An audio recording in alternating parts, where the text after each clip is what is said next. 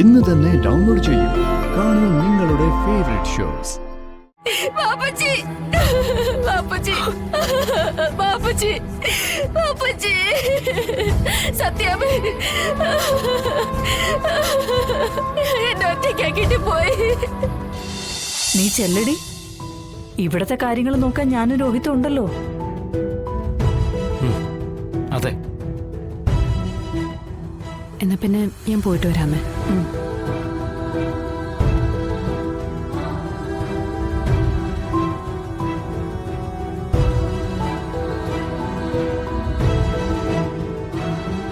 ചെല്ല് വിഷ്ണു. ഇവിടെ നീ വിളിക്ക.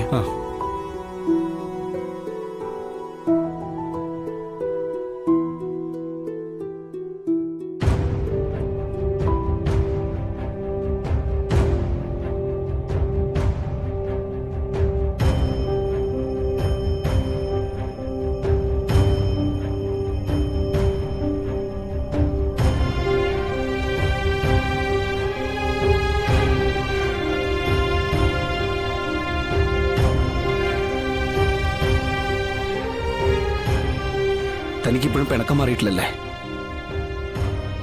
എടോ, ഇവിടെ തന്നെ അപമാനിക്കാൻ വേണ്ടിയിട്ടോ നാണം കെടുത്താൻ വേണ്ടിയിട്ടല്ലോ ഞാൻ അങ്ങനെ ചെയ്തേ. മനഃപൂർവ്വം വൈകിയതുമല്ല. എടോ, നമുക്ക് ഒന്നിച്ച് താമസിക്കാൻ വേണ്ടിയിട്ട് ഒരു വീട് നോക്കണമെന്ന് കമലം പറഞ്ഞപ്പോ പോയതാ. എടോ, നമ്മുടെ മക്കളാണ് സത്യം. ഇതാ ഉണ്ടായത്.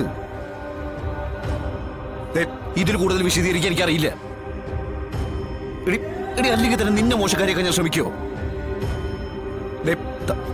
താൻ ഇപ്പോഴും എവിടെ തലയുർത്തി പിടിച്ച് നിൽക്കണം തന്നെ ഞാൻ ഇപ്പോഴും ആഗ്രഹിക്കുന്നേ. എന്നിട്ട് എന്നെ കുറ്റപ്പെടുത്തുന്ന കാണുമ്പോഴോ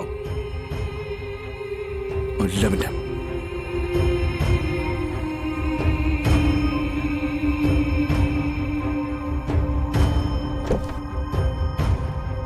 ഇതിൽ കൂടുതൽ എങ്ങനെയാ പറയാ? മനസ്സിലാക്കണമെങ്കിൽ മനസ്സിലാക്കട്ടെ.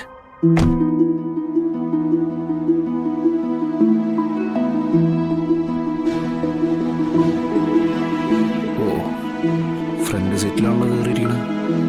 അപ്പൊ കാര്യം മനസ്സിലായി.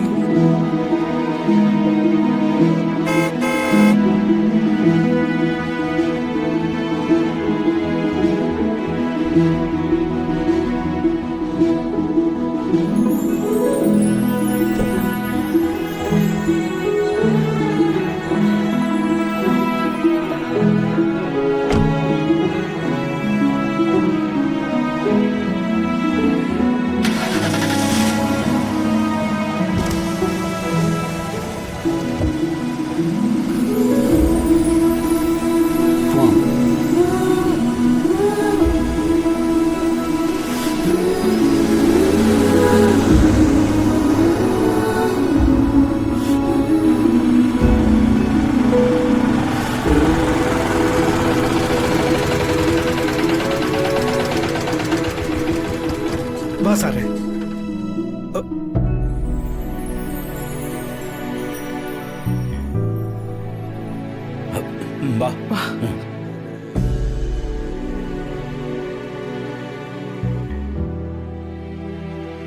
രാഘവേട്ട വാ.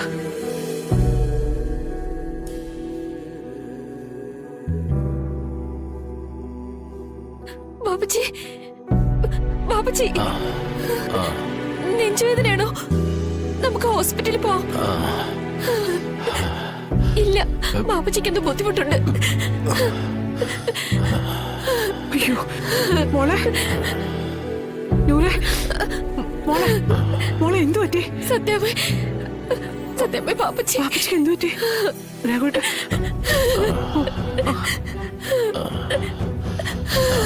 സത്യാമ്മേ, ഇതിപ്പോ കുഴപ്പമാണല്ലോ.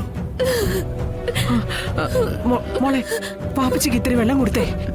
ഞാൻ ഗ്ലാസ്സിൽ പിടിച്ചു കൊടുത്തതാ. ബാപ്പച്ചിക്ക് ഇറക്കാൻ പറ്റുന്നില്ല സത്യാമ്മേ. അത് സാരമില്ല, മോളിച്ചിരി വെള്ളം തൊട്ട് കൊടുത്താൽ മതി. കൊടുത്തേ, വിരൽ അതിൽ മുക്കി കുറച്ച് എത്തിച്ചു കൊടുക്ക. ബാപ്പച്ചി, മോളെ ഒന്നിരട്ടി പ്രാവശ്യം കൂടെ കൊടുക്ക. വിരൽ എത്തിച്ചു കൊടുത്താൽ മതി.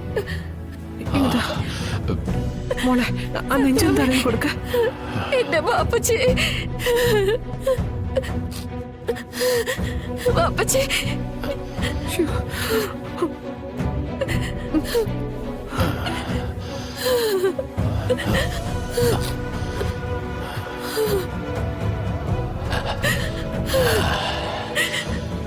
സത്യാമേ,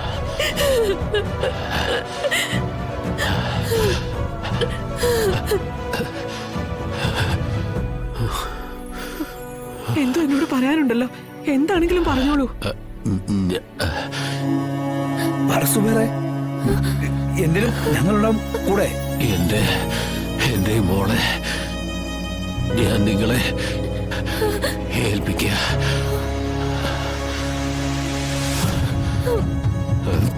നോക്കിക്കൊള്ളണം.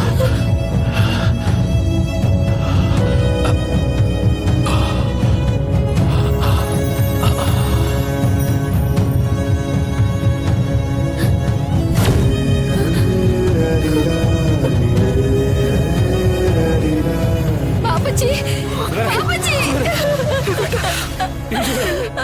ബാപ്പച്ചി, ബാപ്പച്ചി, ബാപ്പച്ചി, ബാപ്പച്ചി, ബാപ്പച്ചി, സത്യാമേ, എന്നെ ഒറ്റയ്ക്കാക്കിട്ട് പോയി.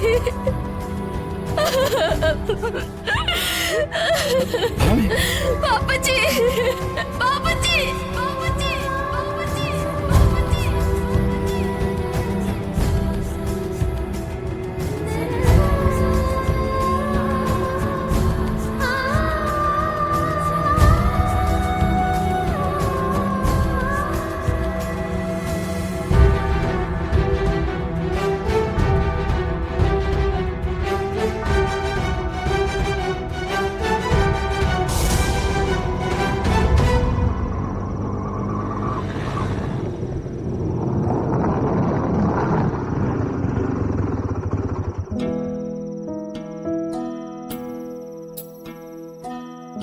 എല്ലാരും ഉറക്കമായി കാണൂ?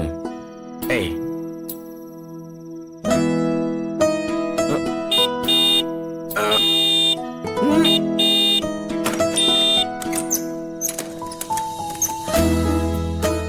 ഇതെന്താ?